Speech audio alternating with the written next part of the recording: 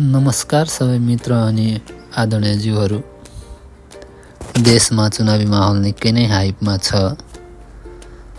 चुनावसँगै जनमानसमा देशको भविष्य लिएर चासो बढ्नु निकै नै राम्रो पक्ष हो। चुनावी माहौलले हामी विदेशमा बस्ने नेपालीलाई पनि छोएको छ। नेपालमा बस्नुभएको आफ्ना आफन्ती तथा आमाबुवालाई परिवर्तनको लागि भोट दिन विनम्र आग्रह गर्दछु।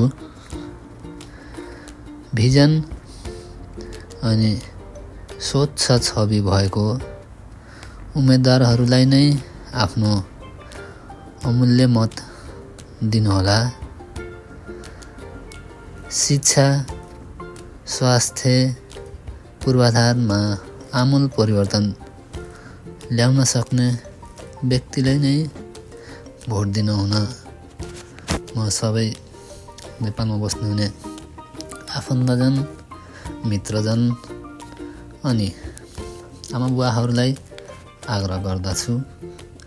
हवस् त, यति भन्दै आज मेरो यो भिडियो यहीँ नै समापन गर्छु। धन्यवाद।